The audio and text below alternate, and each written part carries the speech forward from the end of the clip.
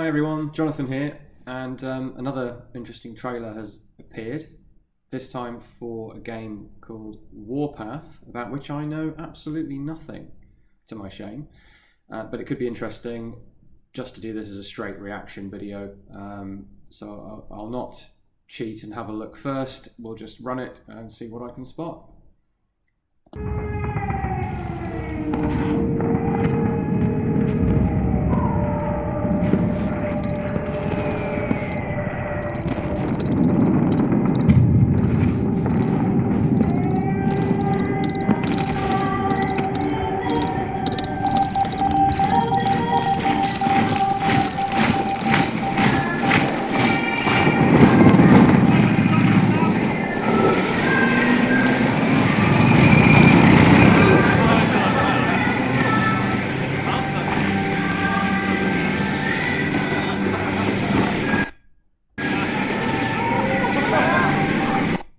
Okay, so far so good. We've seen an MG42 on a sidecar.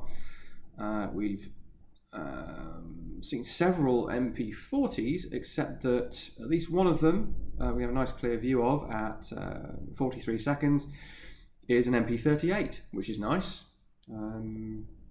Somewhat more rare. Of course, they were used throughout the war interchangeably with the MP40, which became more numerous as time went on. And we've seen an officer's pistol, no doubt a P38, in its holster.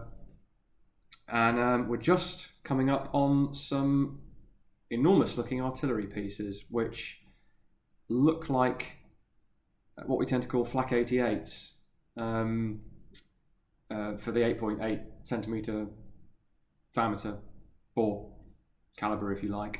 Although artillery pieces are also measured in calibers in terms of length, so it can get confusing. Anyway, 8.8 centimetres.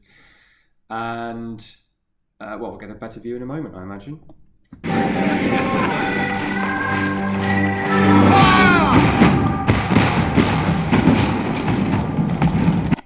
Yeah, I'm pretty sure those are flak 18, flak 36. I should stress, despite my wonderful job title that I love very much, and my responsibility for the artillery collections of the Royal Armouries, I am by background a small arms specialist, so I won't go into any huge detail on these. They look a little, is janky the right word? In terms of being clearly CGI.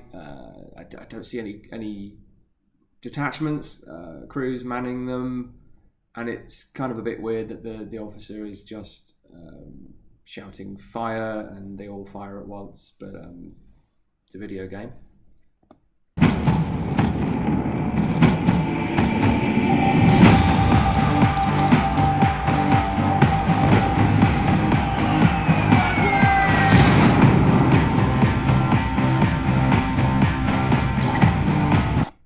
Right, so we've gone to the other side, who are clearly Soviet Russia, and we're seeing Mosin rifles, unsurprisingly. So no gaffes so far in terms of the wrong kit, which frankly I would expect in this day and age. It's not hard to get this stuff right.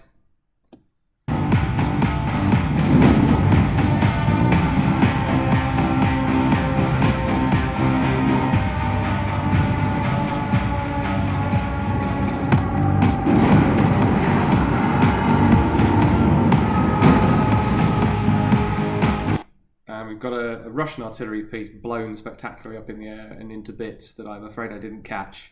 So any artillery buffs in the comments want to pick up on that one, I'm going to stick to my guns, literally, and not go back and try and identify it.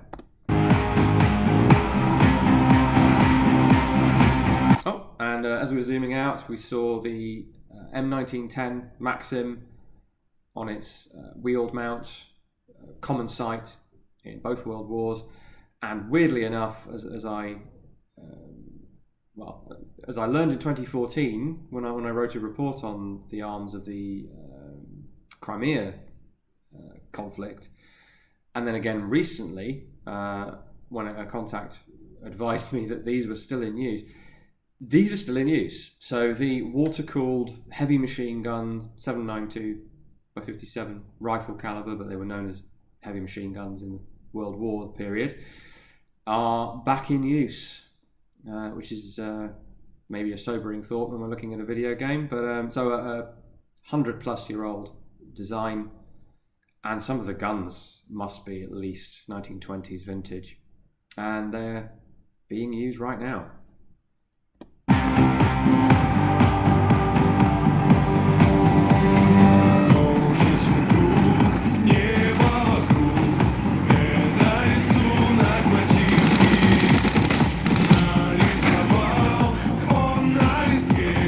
Pause there.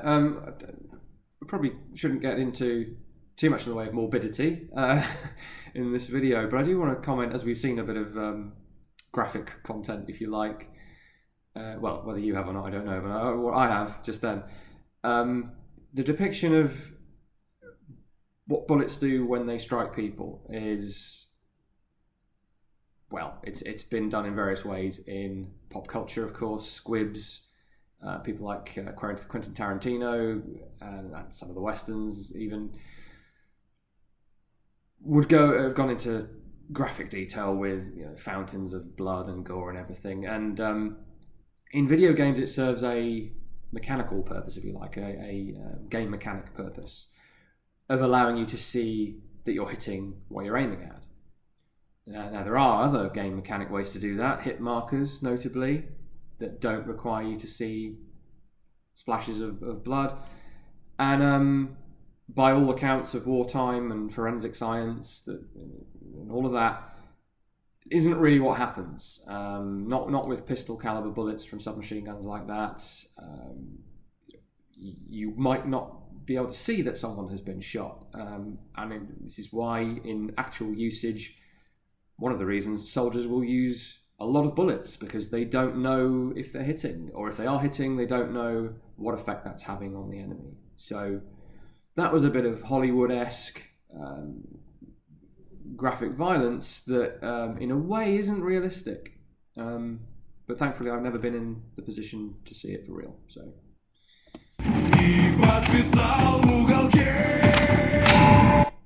Right, we've got some DP-28 Degtyarev light machine guns, recognizable for the large flat pan magazines on them.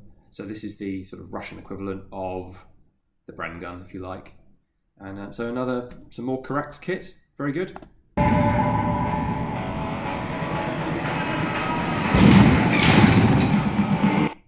Very interesting. So as well as the rifles and machine guns that I've mentioned, we've got a PTRD anti-tank rifle, bolt action,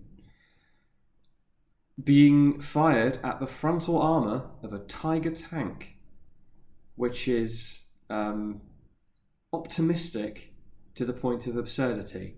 I think the only way you would want to use a PTRD or S would be against a viewport, maybe even try and fire it down the bore. I don't know. Perhaps you could take a shot at the tracks and hope to damage the tracks. Firing at the frontal armour of a Tiger with anything short of a serious tank gun is bonkers, frankly.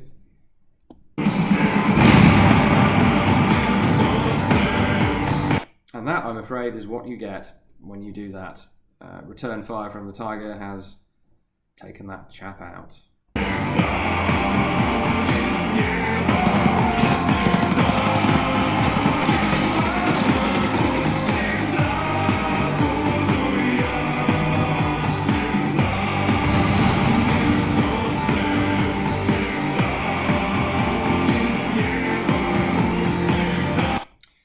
Yeah, very high production values, certainly. So we had a hip-fired Degtyarev there.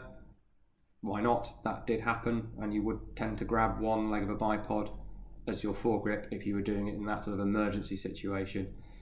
So emergency that the guy that does it immediately dies.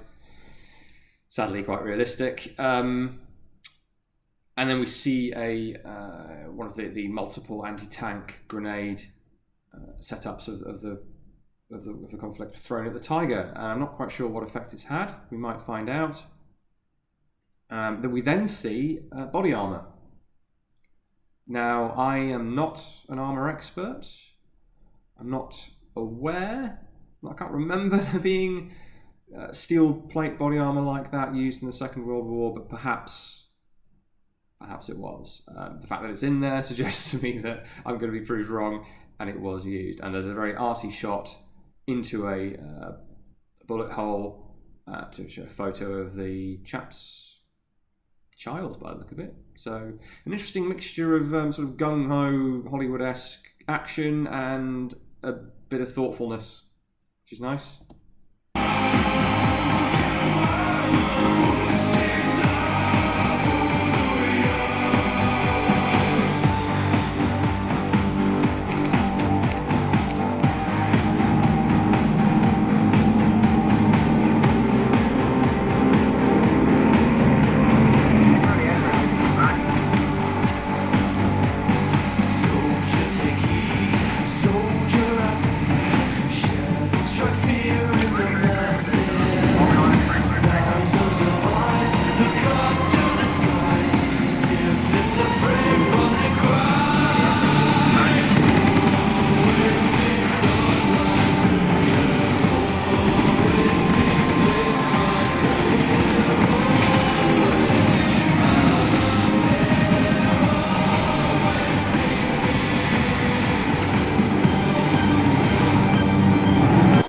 Not my remit, but I just want to say it's quite an impressive air-to-air combat scene there. Aerial combat has hardly ever been done justice to in film and TV, which effectively this is, although it's a trailer for a video game. But first impression, that's really good. The aircraft look accurate to me. All the guns are firing traces constantly, but they did. You had to be able to see where your bullets and cannon shells were going. So, yeah, and the damage done by them isn't ridiculous or anything. It seems to be proportional.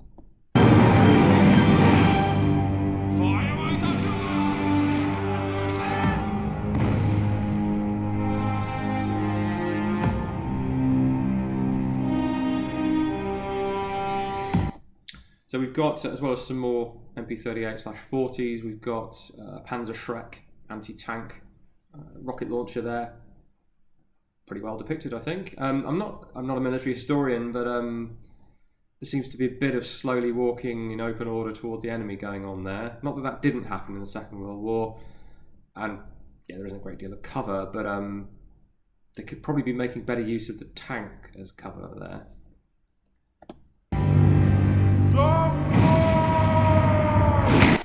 Brief glimpse there of a Tokarev TT pattern pistol in the hands of a Russian NCO, I presume, and some more CGI blood.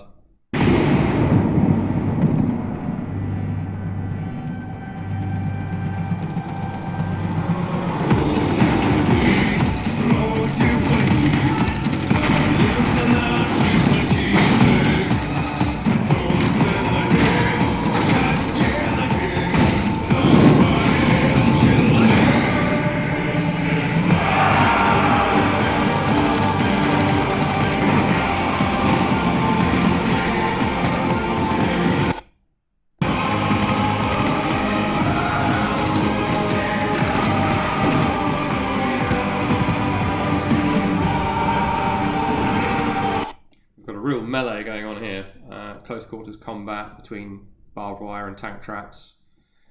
First I thought I was seeing CGI muzzle flash with no cases ejecting, which really annoys me. But if I did see that, then the next scene showed that they were using... Do you know, I'm not even sure whether they're using blank firing firearms or they are using CGI, but they're just doing it really well. I'd have to watch it again. Or maybe we'll see more.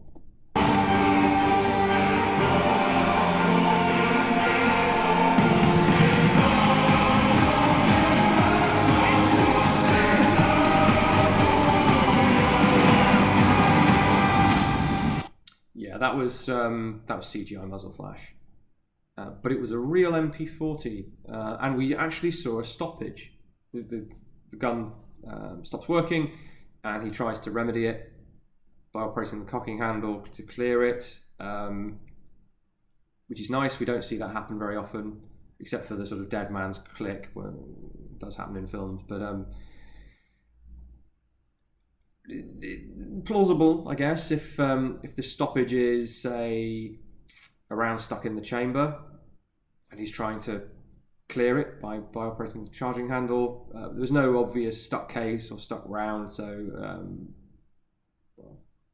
only so many things that can go wrong with it there. But it does look like he's trying to clear a round that's failed to extract. That's my guess, anyway.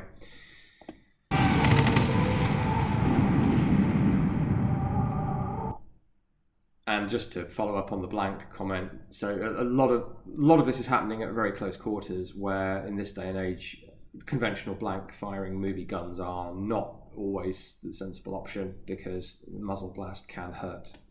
And if you need to actually point the weapon directly at an actor or an extra, you don't really want to be, you can't be doing it with a real gun firing blanks. So yeah, I'd actually be interested to rewatch this and puzzle out how they're doing it. But often it's done with airsoft. It can be done with special, very low power ammunition and specially converted weapons as well, which is what we might be seeing.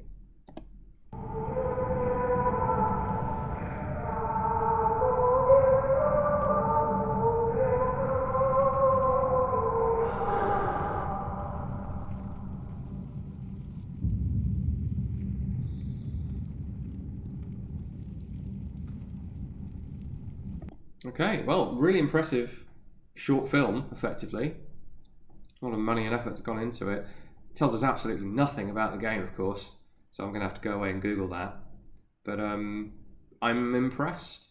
You know, at the end of the day, it's a video game trailer. It's not going to be a military history documentary. But I didn't spot any serious errors. So yeah, good. Well done. All right, guys, see you next time, whether that's for an object-based video or another review, something like that. If you would like to support the Royal Armouries, we have links in the description for that. And otherwise, we'll see you again. Thanks.